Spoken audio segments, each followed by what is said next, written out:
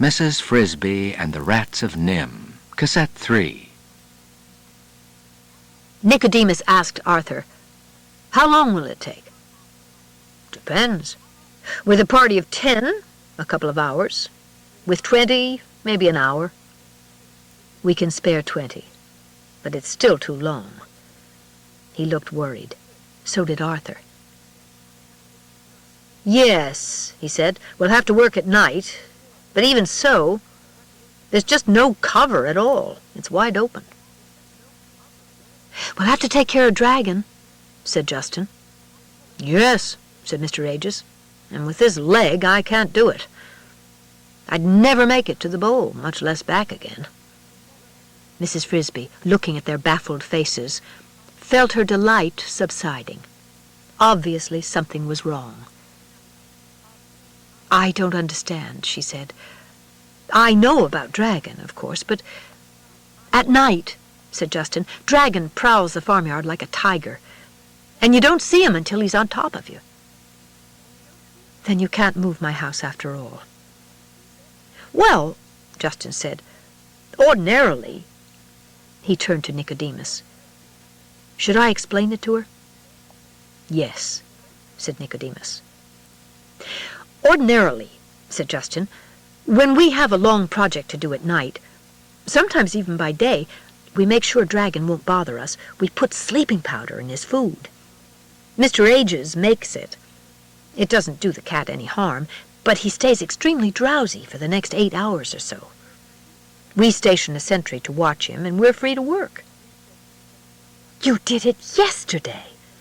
cried Mrs. Frisby, remembering the figures toiling the wire through the grass, remembering how strangely disinterested Dragon had seemed when he saw her. "I saw the cat sleeping in the yard." "Yes," said Justin, "but today Mr. Aegis has a broken leg." "Then he can't make the powder?" "There isn't that," said Mr. Aegis. "I've plenty of the powder." "The trouble is," said Justin, "it's Mr. Aegis who puts it in Dragon's dinner bowl, inside the farm kitchen. With his leg broken, he can't move fast enough." "But why Mr. Aegis?" said Mrs. Frisby. "Can't someone else do it?" "I'd be glad to do it myself," said Justin, "but I'm too big." "You see," Nicodemus explained, "Mrs. Fitzgibbon feeds the cat in the morning and in the evening, and his bowl is always kept in the same place, next to a cabinet in one corner of the kitchen. There's a very shallow space between the floor and the bottom of the cabinet. A few years ago, when we conceived the idea of putting Dragon to sleep, we cut a hole in the floor just behind the cabinet. If we put it anywhere else, they'd see it. To reach the bowl, Mr. Aegis crawls under the cabinet. When he gets to the edge, he makes a quick dash to the bowl, drops in the powder, and dashes back out of sight. But with a broken leg, he can't dash." "We might try leaving some bait outside the house," said Justin. "That worked once." "Once out of a dozen tries," said Nicodemus. "It isn't dependable, and we don't have much time. To be safe, we ought to move that block tonight." "If we had some cat food," said Justin, thinking aloud. "He might eat that, even on the porch, because he knows it's his. Maybe tonight I could go in through the attic and down to the kitchen." "No use," said Mr. Aegis. "They keep it in a metal cabinet up on the wall. You couldn't get it without a crew, and that would make too much noise." "Anyway," said Nicodemus, "it would put off moving the block until tomorrow night." "Then," Justin said, "I guess what we do is stake out scouts wherever we can, try to keep track of Dragon, and hope for the best. Some nights he doesn't go near the garden at all. We might be lucky." "Or we might not," said Arthur. "I don't like it. We can't dig that block out without some noise, you know." Mrs. Frisby interrupted quietly. "There is another way," she said.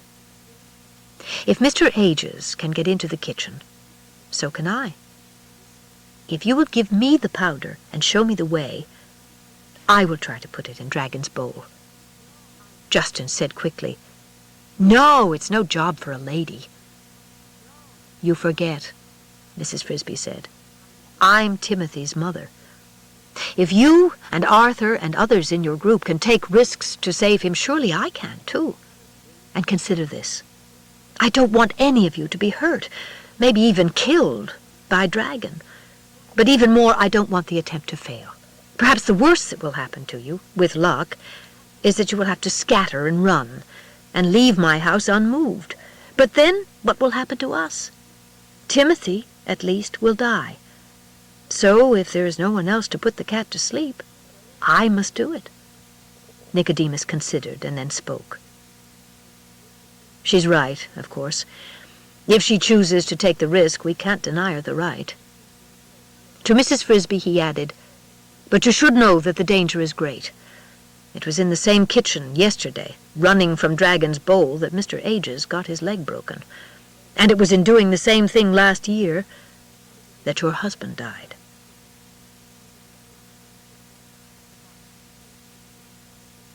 The marketplace. Mrs. Frisby's head was buried in her arms. I never knew, she said. All I knew was that he didn't come back. But I never knew what happened. I didn't even know he knew you. Why didn't he ever tell me? Justin touched her shoulder gently. It's hard for you to learn it this way, so suddenly, he said. We thought about telling you when it happened, but we decided we shouldn't. It wouldn't have done any good. You ask why Jonathan never told you about us, Nicodemus added. He had a reason, a good one. Still, he worried about it a lot, and he might have told you in the end, but then it was too late. What was the reason? Mrs. Frisby raised her face. There were tears on her cheeks, but she had stopped crying. To answer that, I would have to tell you quite a long story. The whole story about us, and Nimh, and Jonathan, and how we came here. He came with us, you see. I don't mind doing that, but I don't know if there's time now. I think there is, said Justin, if Mr. Ages and I go to get the powder while you're telling it. With this leg, said Mr. Ages glumly. That will take long enough to tell it twice. I had forgotten, said Justin contritely. Would it be better if I went alone? No, said Mr. Ages. There are so many different powders in my storeroom. You wouldn't know which to bring back. I'll go with you, but we'll go slowly. And I, said Arthur, will see about the equipment for tonight. We'll need shovels, crowbars, block and tackle, rollers. He left, still listing tools. Nicodemus said to Mrs. Frisby, I think that we, too, should leave the library. There will be others coming in, like Isabella, to practice reading, some to do research. Research? We've got some new books on agriculture, farming, gardening, fertilizing, things like that. And we're studying them. It's part of the plan. I don't know what the plan is. No, agreed Nicodemus, but when I've told you our story, you'll understand that too. He opened the door and led Mrs. Frisby down the corridor past several more doors, all closed. He stopped before one, which he opened. My office, he said. Please come in. The room she entered was smaller than the library, but much more comfortably, almost elegantly furnished. There was a rug on the floor, the same pattern she noticed as the carpet in the hallway above. A light recessed in the ceiling, and another in the wall next to a table. There were bookshelves. On one shelf, an electric clock hummed quietly to itself. A book lay open on the table with a chair in front of it. Against the opposite wall stood a small sofa, neatly upholstered in cloth. But what attracted Mrs. Frisby's attention most was a box in one corner of the room, a box with dials and a small light shining on the front. From this box came the soft sound of music. She listened, entranced. You like music? Said Nicodemus. So do I. That must be a radio.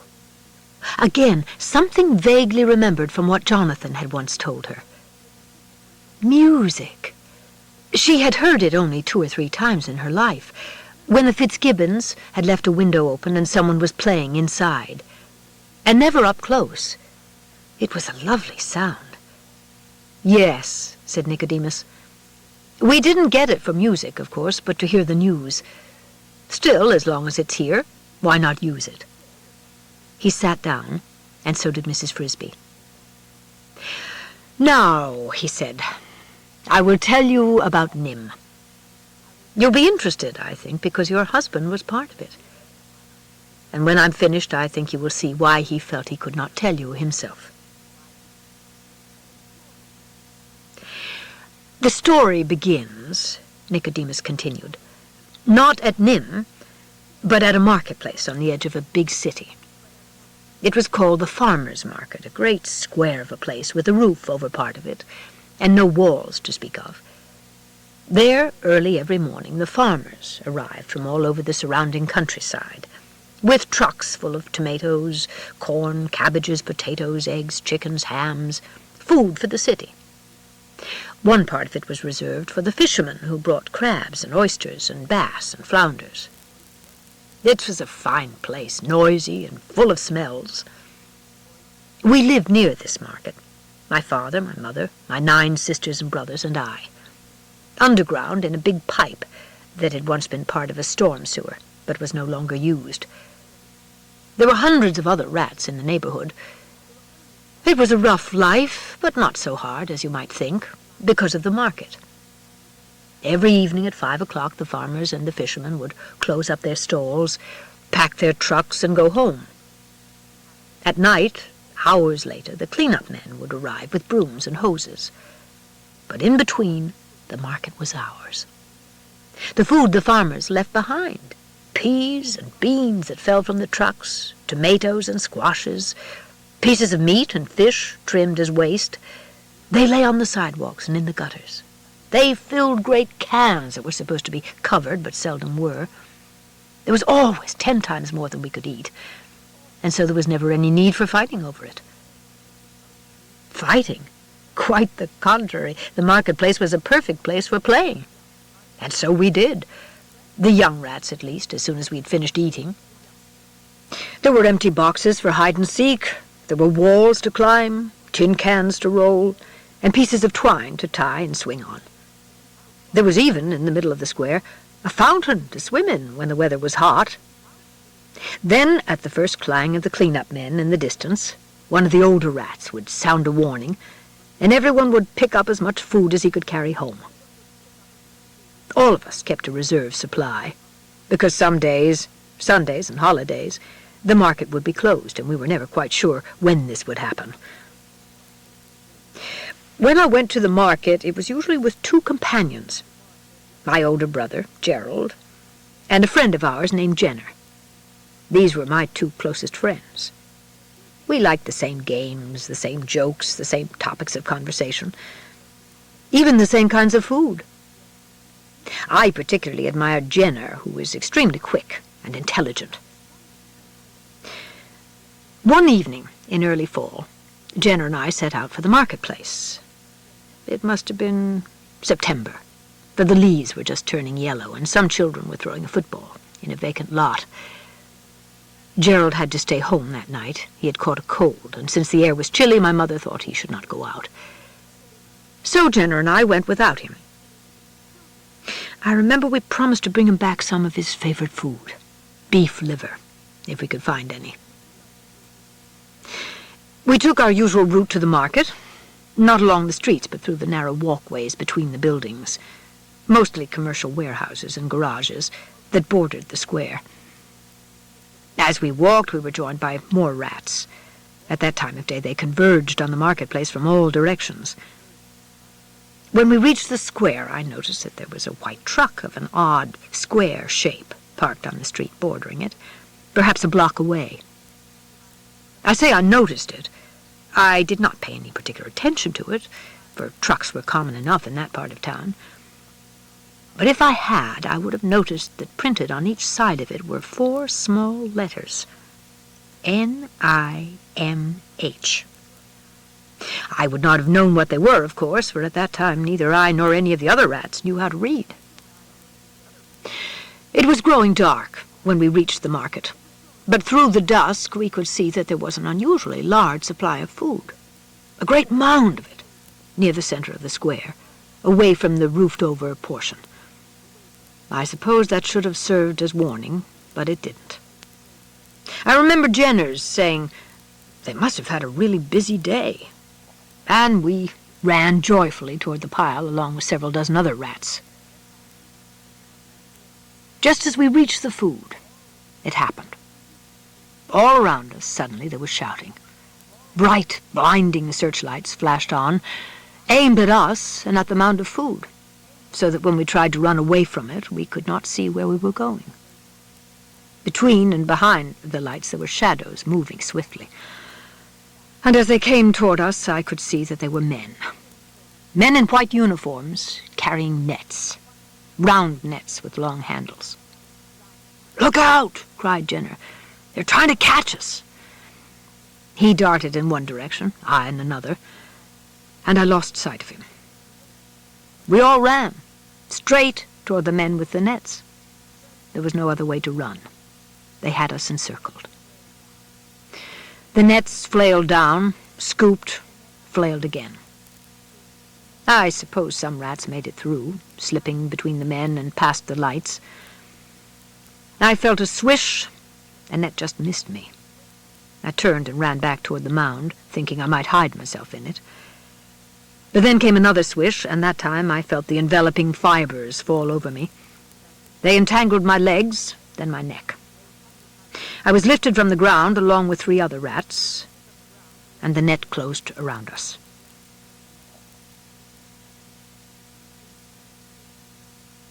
In the cage. Mrs. Frisby said, "But why did they want to catch you? And how did you ever get away again?" "At first," said Nicodemus, "I thought it must be because they didn't like our stealing the food. And yet you could hardly even call it stealing. It was waste food, and all they did with it was haul it away to the city incinerator. So what harm if we ate some of it? Of course, there are people who just dislike rats, whether they're doing any harm or not." "And mice, too," said Mrs. Frisby. "True," said Nicodemus. "Though not so much as rats, I think. Anyway, that wasn't the reason at all. But what the real reason was, I didn't find out for a while. As to getting away, that, too, didn't happen until much later. No, I was firmly and inextricably caught, snared in the net and helpless," Nicodemus continued. "When the man who held it saw that he had 4 rats, he pulled a drawstring that closed it up. He put the net down and picked up another, an empty one. He moved on into the square, leaving us to lie there. I tried gnawing my way out, but the strands were made of some kind of plastic, as hard as wire. The noise and movement began to die down eventually. I suppose the rats in the square had all either been caught or had escaped. I heard one man call to another, 'I guess that's the lot.' Someone else was turning a light this way and that, searching the rest of the market area. Not a one to be seen. We could hide and wait for another wave. There won't be another wave, not tonight. Probably not for 4 or 5 nights. Word gets around." "You mean they communicate?" A third voice. "You bet they communicate. And the next time they do come, you can be sure they'll case the place carefully. We were lucky. These rats hadn't been bothered for years. They'd grown careless." "How many did the lab order?" Someone was turning out the lights one at a time. 5 dozen. How many have we got?" "About that. Maybe more." "Let's load the truck." In a minute or so I felt myself being lifted up, and swinging back and forth in the net, I was carried with my 3 companions to the white truck I'd seen earlier. Its back doors were open, and it was lighted inside. I could see that its whole interior was a large wire cage. Into this our net was thrust, The man then opened the drawstring, and we were dumped onto the floor, which was covered with sawdust. The other nets were emptied, one at a time, the same way, and in a few minutes there was a good-sized crowd of us on the floor, all more or less dazed, and all, if I was typical, terrified. The cage was locked, the doors clanged shut, and the lights went out. I heard the truck motor start. A second later, the floor lurched beneath me. We were moving. Where were they taking us? For what purpose? Then, in the dark, I heard a voice beside me. "Nicodemus?" It was Jenner. You can imagine how glad I was to hear him. But I was sorry, too. "Jenner, I thought maybe you got away. I was in the last net. I thought I saw you across the floor." "Where are we going?" "I don't know." "What's a lab?" "A laboratory." "Yes, but what is it?" "I don't know. I've just heard the word somewhere." "Well, I think that's where we're going, whatever it is." The truck rumbled along through the dark, over bumpy streets at first, and then at a higher speed over a smooth highway. There were no windows in the back, so it was impossible to see where we were going.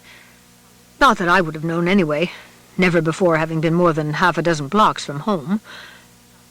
I think we drove for about 2 hours, but it might have been less, before the truck slowed and turned, and finally came to a stop. The back doors were opened again, and through the wire wall of the cage I saw that we had come to a building, very modern, of white cement and glass. It was square and big, about 10 stories tall. Night had fallen, and most of its windows were dark, but the platform to which our truck drove us was lighted, and there were people waiting for us. A door opened, and 3 men came out. One of them pushed a cart, a hand truck piled with small wire cages. The man beside him was dressed in a heavy coat, boots, and thick leather gloves. The third man wore heavy horn-rimmed glasses and a white coat. He was obviously the leader. The men from the truck, the ones who had caught us, now joined the men from the building. "How many did you get?" asked the man in the white coat. "Hard to count. They keep moving around. But I make it between 60 and 70. "Good. Any trouble?" "No. It was easy. They acted almost tame." "I hope not. I've got enough tame ones." "Oh, they're lively enough. And they look healthy." "Let's get them out." The man with the gloves and the boots then donned a wire face mask as well, and climbed in among us. He opened a small sliding trapdoor at the back of our cage. A man outside held one of the small cages up to the opening, and one at a time we were pushed out into our individual little prisons. A few of the rats snarled and tried to bite. I did not, and neither did Jenner. It was too obviously futile. When it was finished, the man in the white coat said, 63, good work. A man from the truck said, "Thanks, Dr. Schultz." And we were racked on the hand truck and wheeled into the building. Dr. Schultz. I didn't know it then, but I was to be his prisoner, and his pupil, for the next 3 years. We spent the rest of that night in a long white room. It was, in fact, a laboratory, with a lot of equipment at one end that I didn't understand at all then. Bottles and shiny metal things and black boxes with wires trailing from them. But our end held only rows of cages on shelves, each cage with a tag on it and each separated from its neighbors by wooden partitions on both sides. Someone came around with a stack of small jars and fastened one to my cage. A little pipe led through the bars like a sipping straw, drinking water. Then the lights were dimmed and we were left alone. That cage was my home for a long time. It was not uncomfortable. It had a floor of some kind of plastic, medium soft and warm to the touch, with wire walls and ceiling. It was airy enough. Yet just the fact that it was a cage made it horrible. I would always run where I wanted, could go 3 hops forward, 3 hops back again, and that was all. But worse was the dreadful feeling, I know we all had it, that we were completely at the mercy of someone we knew not at all, for some purpose we couldn't guess. What were their plans for us? As it turned out, the uncertainty itself was the worst suffering we had to undergo. We were treated well enough, except for some very small, very quick flashes of pain, which were part of our training. And we were always well fed, though the food, scientifically compiled pellets, was not what you'd call delicious. But of course we didn't know that when we arrived, and I doubt that any of us got much sleep that first night. I know I didn't. So, in a way, it was a relief when early the next morning the lights snapped on and Dr. Schultz entered. There were 2 other people with him, a young man and a young woman. Like him, they were dressed in white laboratory coats. He was talking to them as they entered the room and walked toward our cages. 3 groups, 20 for training on injection series A, 20 on series B. And that will leave 23 for the control group. They get no injections at all, except to keep the test exactly even. We will prick them with a plain needle. Let's call the groups A, B, and C for control. Tag them and number them A1 through A20, B1 through B20, and so on. Number the cages the same way, and keep each rat in the same cage throughout. Diet will be the same for all. When do we start the injections? As soon as we're through with the tagging. We'll do that now. George, you number the tags and the cages. Julie, you tie them on. I'll hold. So the young woman's name was Julie. The young man was George. They all put gloves on, long, tough plastic ones that came to their elbows. One by one we were taken from our cages, held gently but firmly by Dr. Schultz, while Julie fastened around each of our necks a narrow ribbon of yellow plastic bearing a number. I learned eventually that mine was number A10. They were kind, especially Julie. I remember that when one rat was being tagged, she looked at it and said, "Poor little thing, he's frightened. Look how he's trembling." "What kind of biologist are you?" said Dr. Schultz. "The poor little thing is a she, not a he." When my turn came, the door of my cage slid open just enough for Dr. Schultz to put his gloved hand through. I cowered to the back of the cage, which was just what he expected me to do.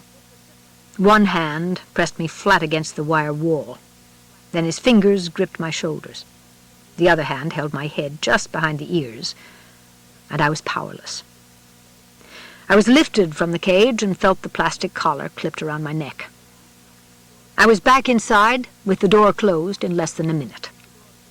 The collar was not tight, but by no amount of tugging, twisting, or shaking was I ever able to get it off. I watched through the wire front of my cage as the others were caught and tagged.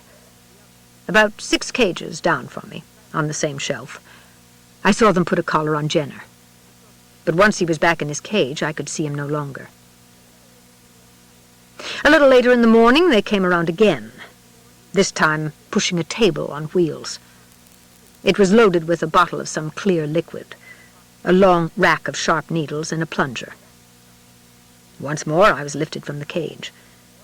This time George did the holding while Dr. Schultz fastened one of the needles to the plunger. I felt a sharp pain in my hip. Then it was over.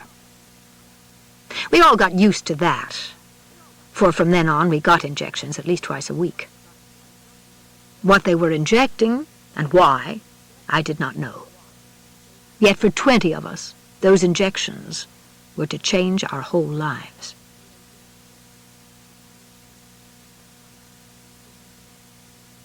The maze. During the days that followed, our lives fell into a pattern, and the reason for our captivity gradually became clear. Dr. Schultz was a neurologist, that is, an expert on brains, nerves, intelligence, and how people learn things. He hoped, by experimenting on us, to find out whether certain injections could help us to learn more and faster. The 2 younger people working with him, George and Julie, were graduate students in biology. "Watch always," he told them, "for signs of improvement, faster learning, quicker reaction in Group A as compared to Group B, and both as compared to the control group." My own training began on the day after the first injections. It was George who did it. I suppose Julie and Dr. Schultz were doing the same test on other rats. He took my cage from the shelf and carried it to another room, similar to the first one but with more equipment in it and no shelves of cages. He placed the cage in the slot against a wall, slid open the end, opened a matching door in the wall, and I was free. Or so I thought. The small doorway in the wall led into a short corridor, which opened, or seemed to, directly onto a green lawn. I could see it clearly, and behind it some bushes, and behind them a street. All outdoors, and nothing but air between me and them. Furthermore, I could smell the fresh outdoor breeze blowing in. Were they letting me go? I made a dash toward the open end of the corridor, and then jumped back. I could not go on. About 2 feet from my cage, still open behind me, there was something dreadfully wrong with the floor.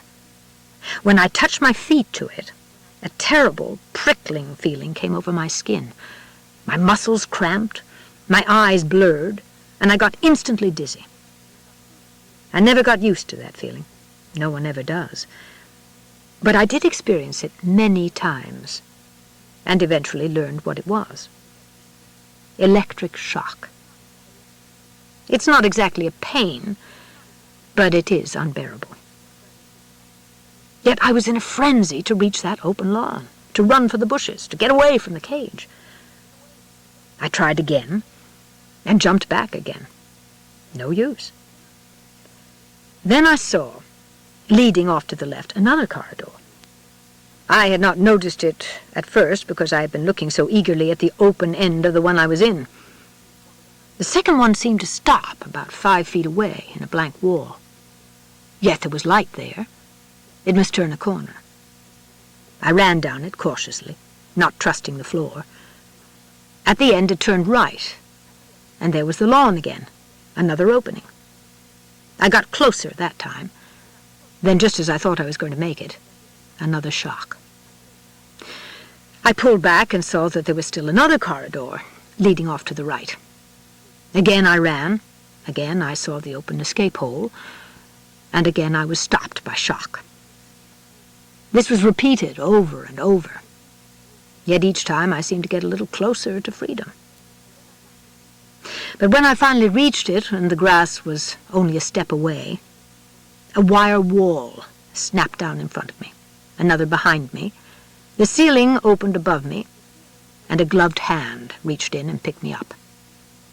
A voice said, 4 minutes, 37 seconds. It was George. I had, after all my running through the corridors, emerged into a trap only a few feet from where I had started.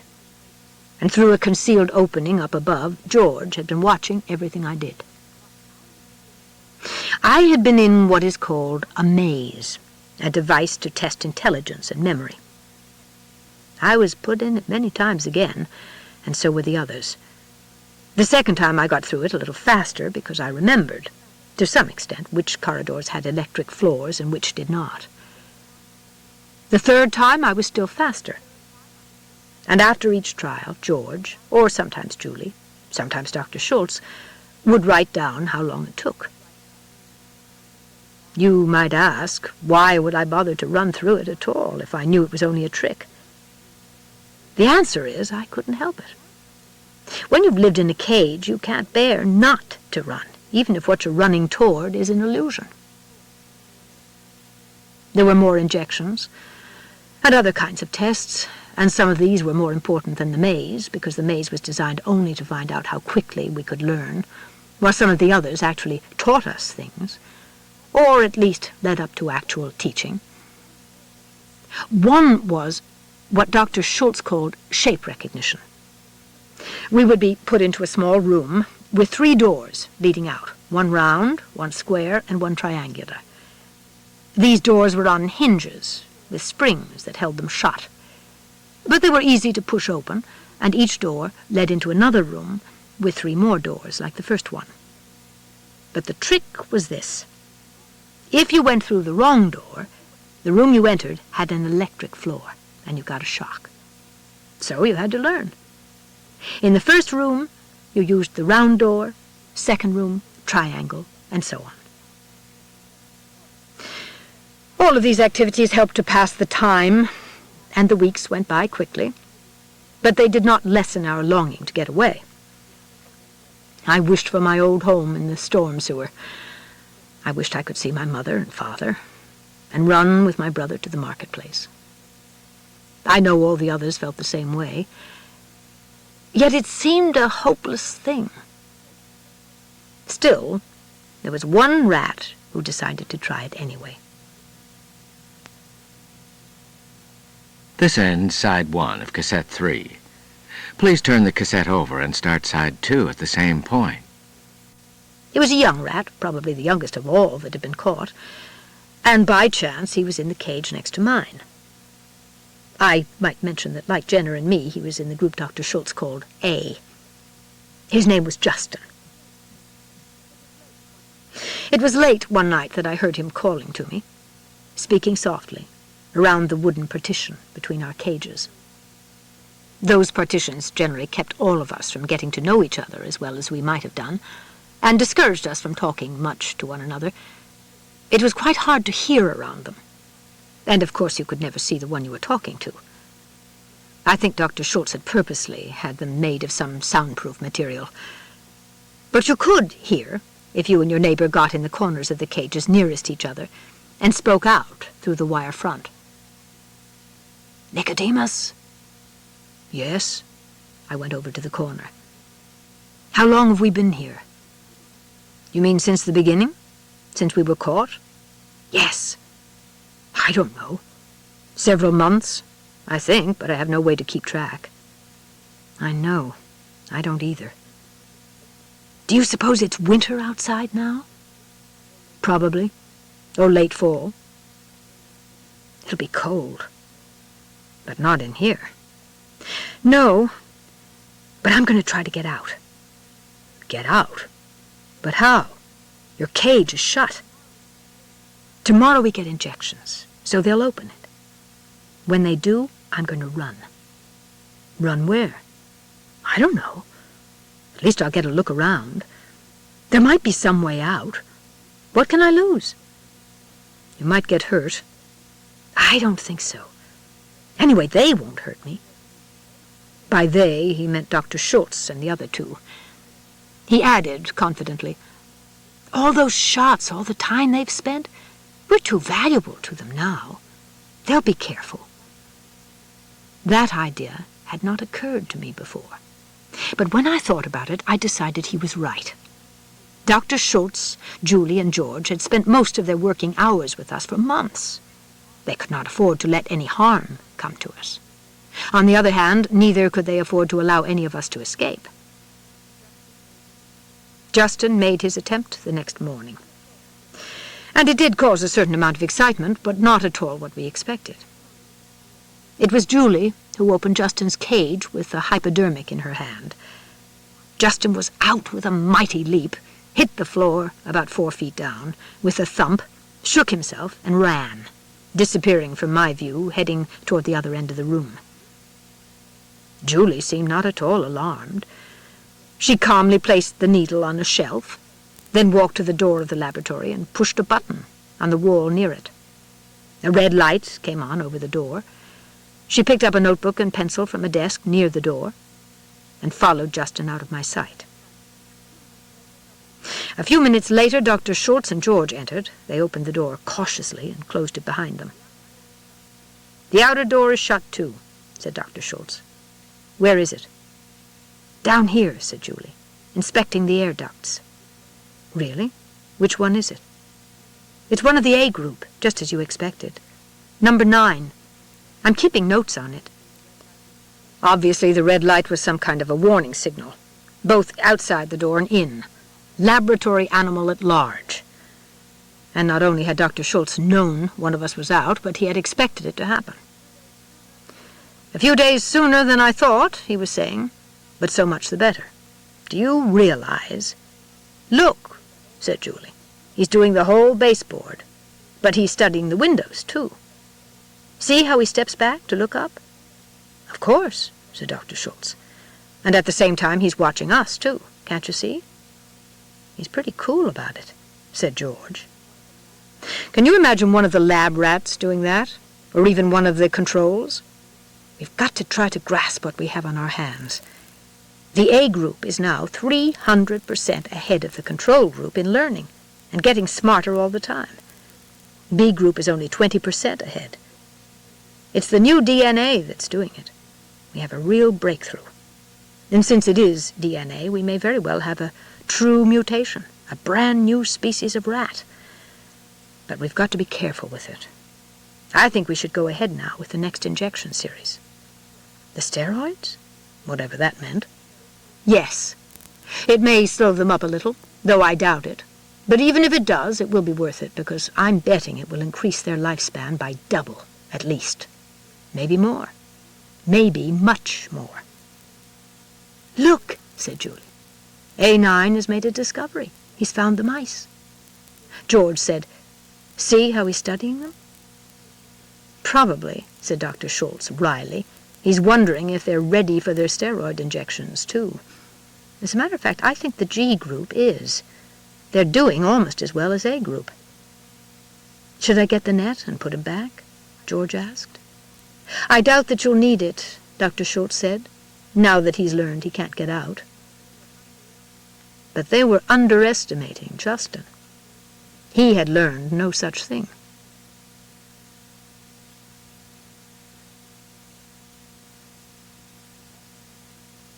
A lesson in reading.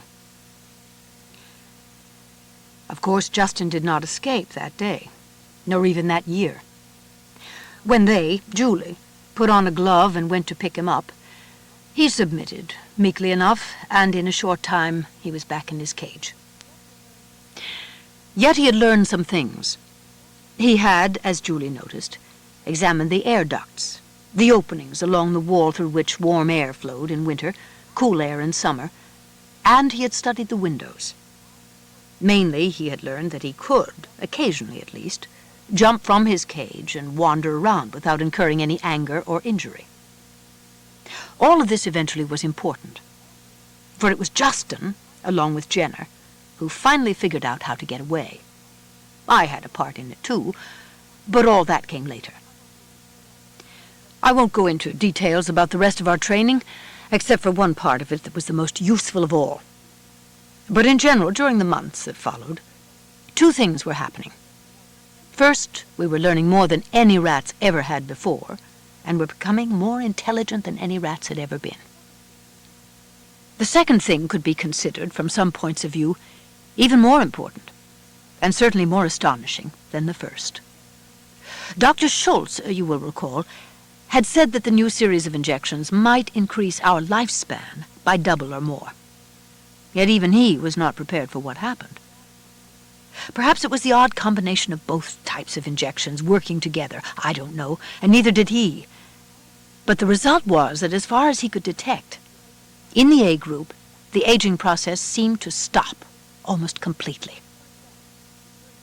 For example, during the years we were in the laboratory, most of the rats in the control group grew old and sickly, and finally died. So did those in B group, for though they were getting injections too, the formula was not the same as ours. But among the 20 of us in A group, no one could see any signs that we were growing older at all. Apparently, though we seldom saw them, the same thing was happening with the G group, the mice who were getting the same injections we were.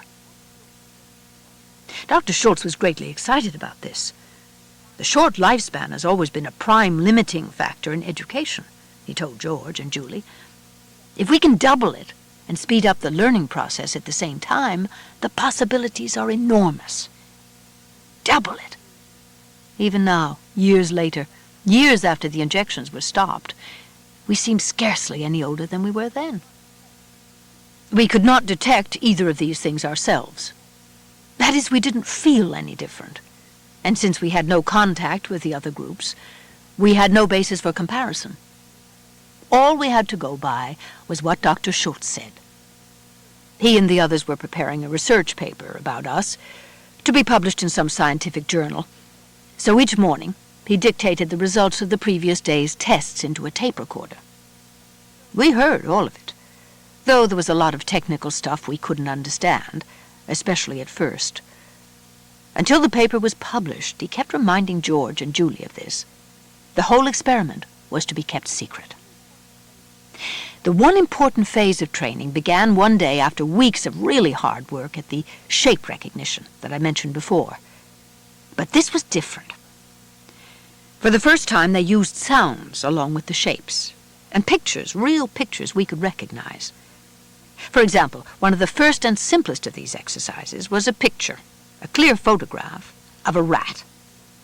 I suppose they felt sure we would know what that was. This picture was shown on a screen with a light behind it.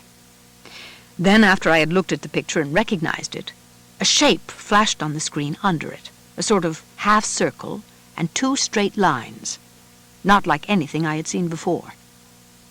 Then the voice began. R. R. R. It was Julie's voice, speaking very clearly, but it had a tinny sound. It was a record. After repeating R a dozen times or so, that particular shape disappeared and another one came on the screen, still under the picture of the rat. It was a triangle with legs on it, and Julie's voice began again. A. A. A. When that shape disappeared, a third one came on the screen. This one was a cross. Julie's voice said, T. T. T. Then all 3 shapes appeared at once, and the record said, R. A. T. Rat. You would probably have recognized what was going on. They were teaching us to read. The symbols under the picture were the letters R-A-T. But the idea did not become clear to me, nor to any of us, for quite a long time, because, of course, we didn't know what reading was. Oh, we learned to recognize the shapes easily enough, and when I saw the rat picture, I knew straight away what symbols would appear beneath it.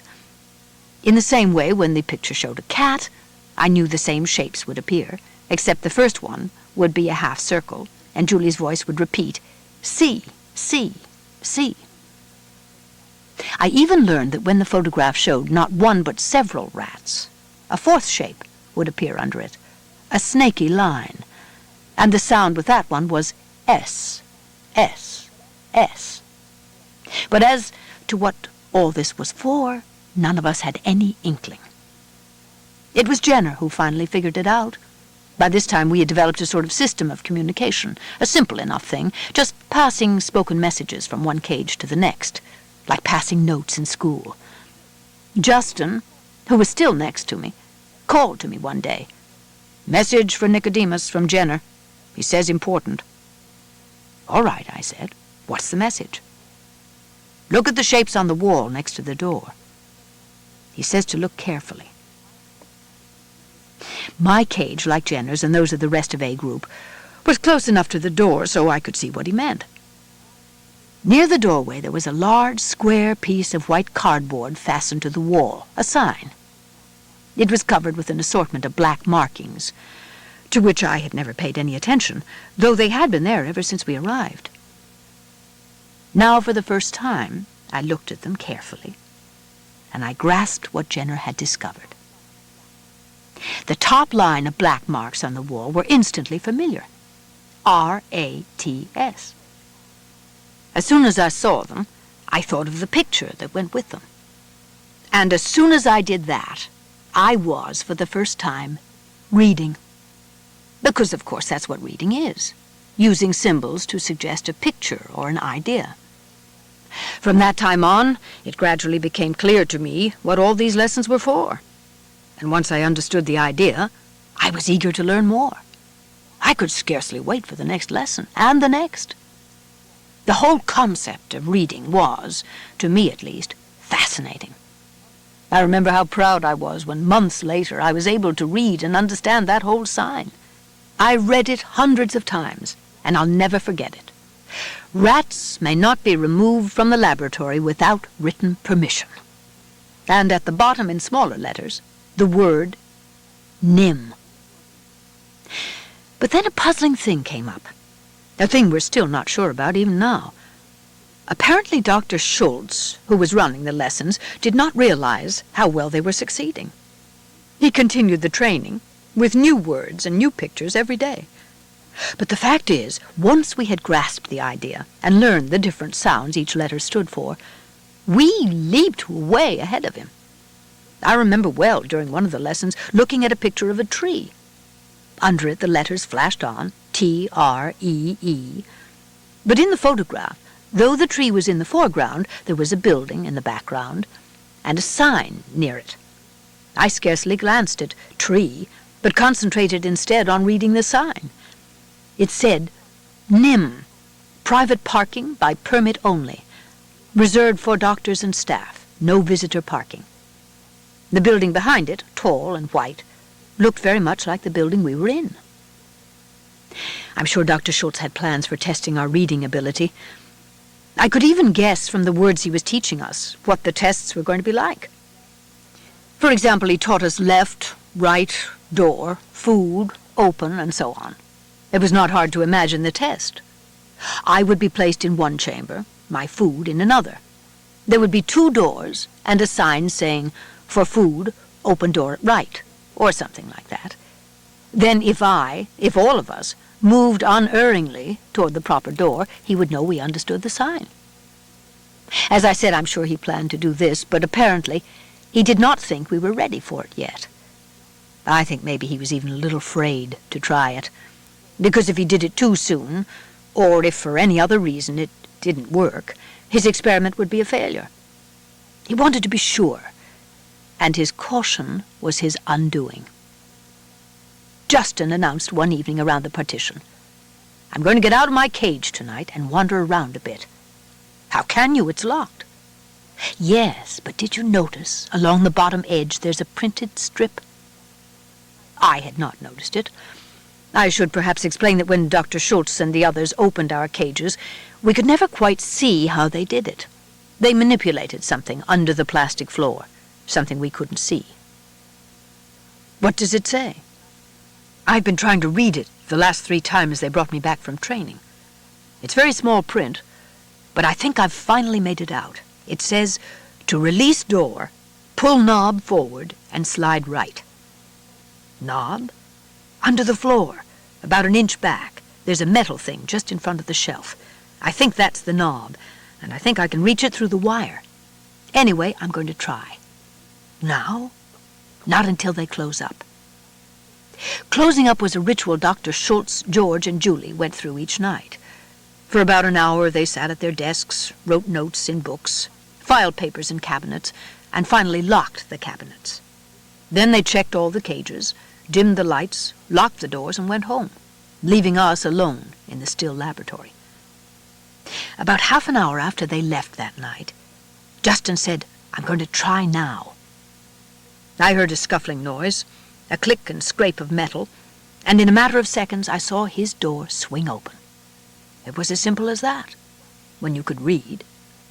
Wait, I said. What's the matter? If you jump down, you won't be able to get back in. Then they'll know. I thought of that. I'm not going to jump down. I'm going to climb up the outside of the cage. It's easy. I've climbed up the inside 1,000 times. Above these cages there's another shelf, and it's empty. I'm going to walk along there and see what I can see. I think there's a way to climb to the floor and up again. Why don't I go with you? My door would open the same way as his. Better not this time, don't you think? If something goes wrong and I can't get back, they'll say, it's just A9 again. But if 2 of us are found outside, they'll take it seriously. They might put new locks on the cages. He was right, and you can see that already we both had the same idea in mind, that this might be the first step toward escape for all of us.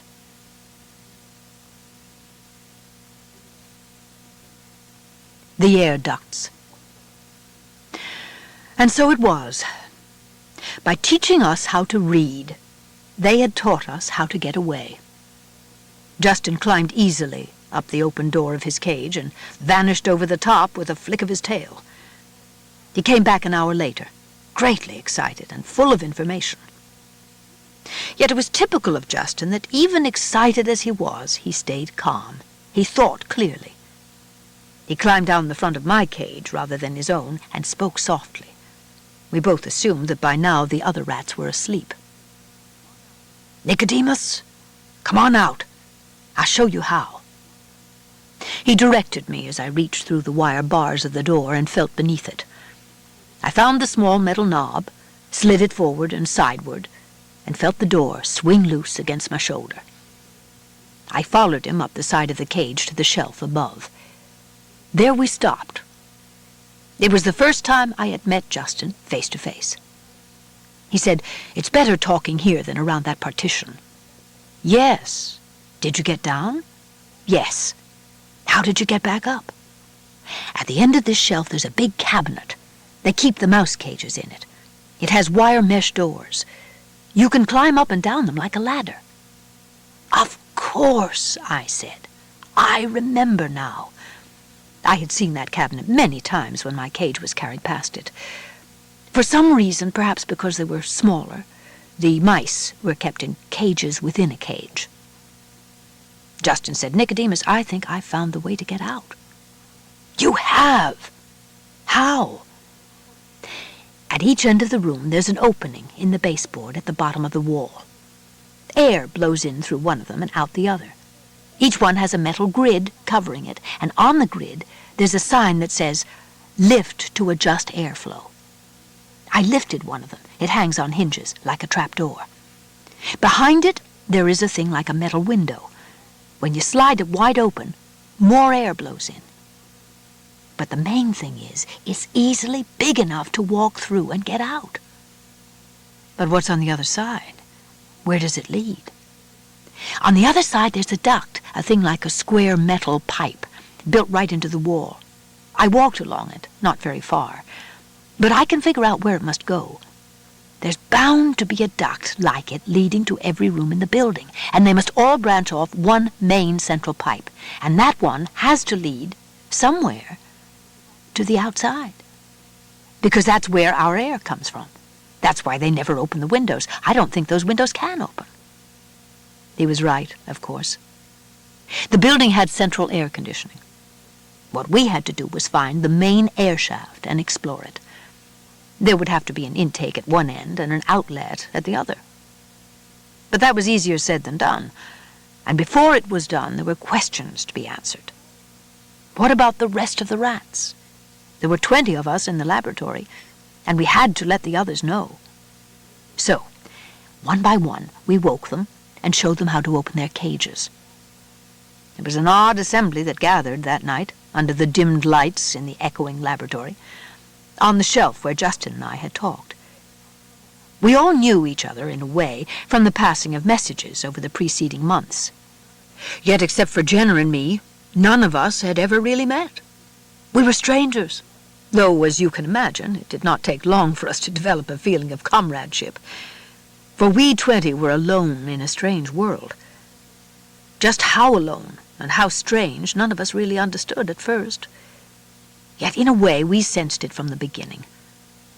The group looked to me as leader, probably because it was Justin and I who first set them free, and because Justin was obviously younger than I. We did not attempt to leave that night, but went together and looked at the metal grid Justin had discovered, and made plans for exploring the air ducts. Jenna was astute at that sort of thing. He could foresee problems. "With a vent like this leading to every room," he said, "it will be easy to get lost. When we explore, we're going to need some way of finding our way back here." "Why should we come back?" someone asked. "Because it may take more than one night to find the way out. If it does, whoever is doing the exploring must be back in his cage by morning. Otherwise Dr. Schultz will find out." Jenna was right. It took us about a week. What we did, after some more discussion, was to find some equipment. First, a large spool of thread in one of the cabinets, where some of us had seen Julie place it one day. Second, a screwdriver that was kept on a shelf near the electric equipment, because, as Jenner pointed out, there would probably be a screen over the end of the air shaft to keep out debris, and we might have to pry it loose. What we really needed was a light, for the ducts at night were completely dark. But there was none to be had, not even a box of matches. The thread and the screwdriver we hid in the duct, a few feet from the entrance. We could only hope they would not be missed, or that if they were, we wouldn't be suspected. Justin and 2 others were chosen as the exploration party. One of the others was Arthur, whom you've met. They had a terrible time at first. Here was a maze to end all mazes, and in the dark they quickly lost their sense of direction. Still, they kept at it, night after night, exploring the network of shafts that laced like a cubical spiderweb through the walls and ceilings of the building. They would tie the end of their thread to the grid in our laboratory and unroll it from the spool as they went. Time and time again they reached the end of the thread and had to come back. "It just isn't long enough," Justin would complain. "Every time I come to the end, I think if I could just go 10 feet farther." And finally, that's what he did.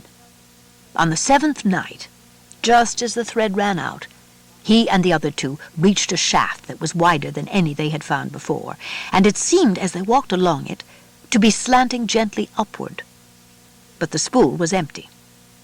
"You wait here," Justin said to the others. "I'm going just a little way farther. Hang on to the spool, and if I call back." They had tied the end of the thread around the spool so they would not lose it in the dark. Justin had a hunch. The air coming through the shaft had a fresher smell where they were, and seemed to be blowing harder than in the other shafts. Up ahead he thought he could hear the whir of a machine running quietly, and there was a faint vibration in the metal under his feet. He went on. The shaft turned upward at a sharp angle, and then, straight ahead, he saw it, a patch of lighter-colored darkness than the pitch black around him, and in the middle of it, 3 stars twinkling. It was the open sky. Across the opening there was, as Jenner had predicted, a coarse screen of heavy wire. He ran toward it for a few seconds longer, and then stopped. The sound of the machine had grown suddenly louder, changing from a whir to a roar. It had obviously shifted speed. An automatic switch somewhere in the building had turned it from low to high, and the air blowing past Justin came on so hard it made him gasp. He braced his feet against the metal and held on. In a minute, as suddenly as it had roared, the machine returned to a whisper. He looked around and realized he was lucky to have stopped. By the dim light from the sky, he could see that he had reached a point where perhaps 24 air shafts came together like branches into the trunk of a tree. If he had gone a few steps farther, he would never have been able to distinguish which shaft was his. He turned in his tracks, and in a few minutes he rejoined his friends. We had a meeting that night, and Justin told all of us what he had found. He had left the thread, anchored by the screwdriver, to guide us out. Some were for leaving immediately, but it was late, and Jenner and I argued against it. We didn't know how long it would take us to break through the screen at the end. If it should take more than an hour or 2, daylight would be upon us.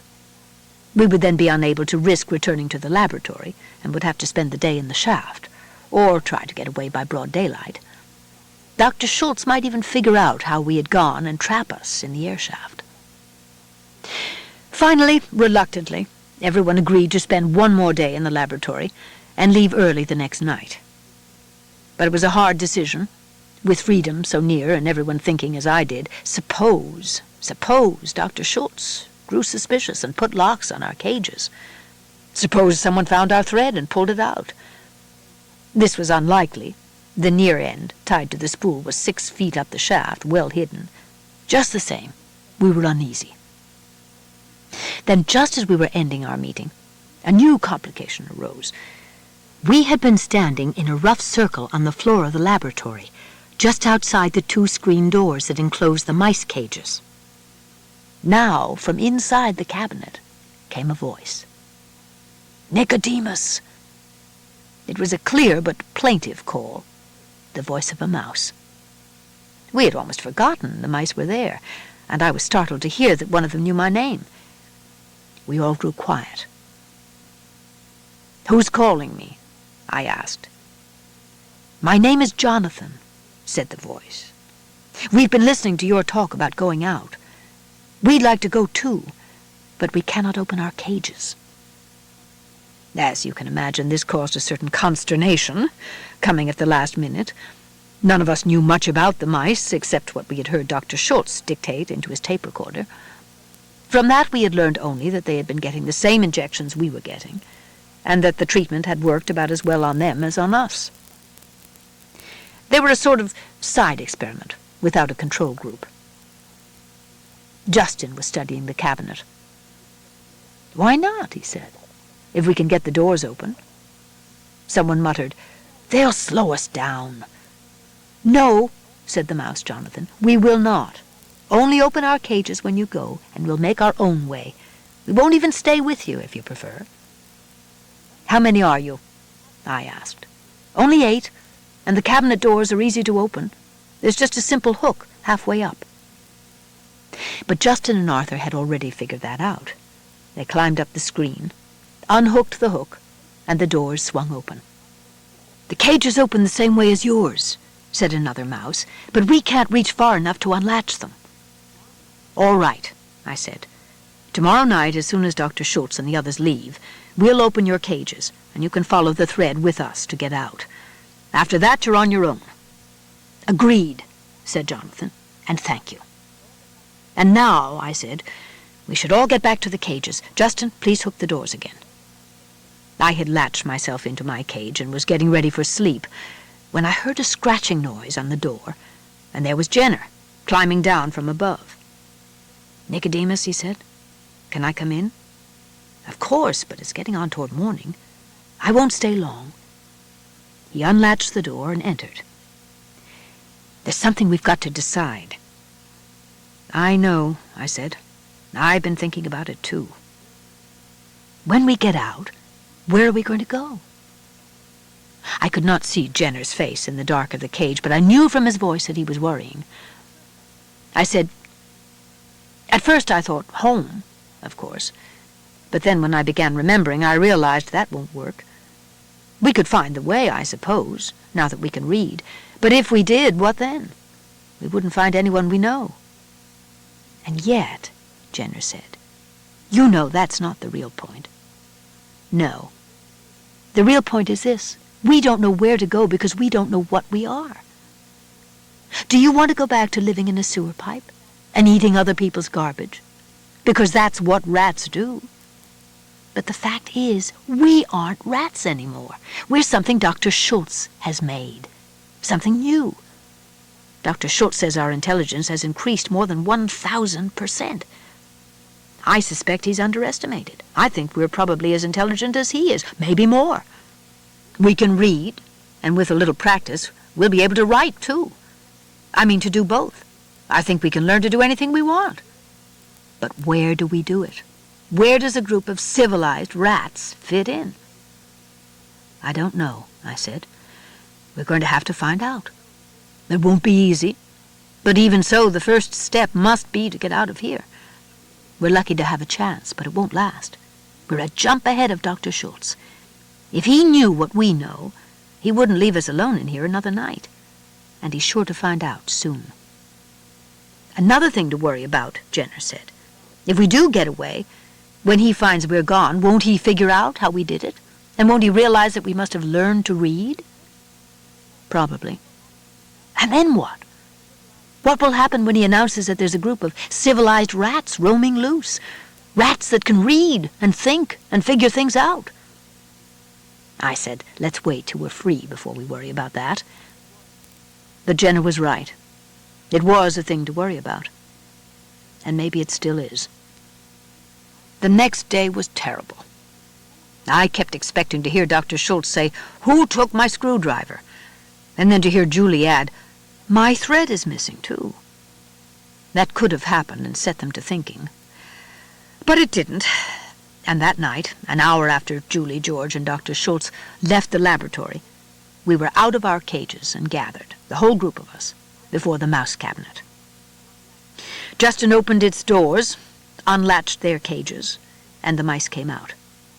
They looked very small and frightened, but one strode bravely forward. "You are Nicodemus?" he said to me. "I'm Jonathan. Thank you for taking us out with you." "We're not out yet," I said, "but you're welcome." We had no time for chatting. The light coming in the windows was turning gray. In less than an hour it would be dark, and we would need light to figure out how to open the screen at the end of the shaft. We went to the opening in the baseboard. "Justin," I said, "take the lead. Roll up the thread as you go. I'll bring up in the rear. No noise. There's sure to be somebody awake somewhere in the building. We don't want them to hear us." I didn't want to leave the thread where it might be found. The more I thought about it, the more I felt sure Dr. Schultz would try to track us down, for quite a few reasons. Justin lifted the grid, pushed open the sliding panel, and one by one we went through. As I watched the others go ahead of me, I noticed for the first time that one of the mice was white. Then I went in myself, closing the grid behind me and pushing the panel half shut again, its normal position. This ends Side 2 of Cassette 3 of Mrs. Frisby and the Rats of Nimh. Please fast forward to the end before loading Cassette 4.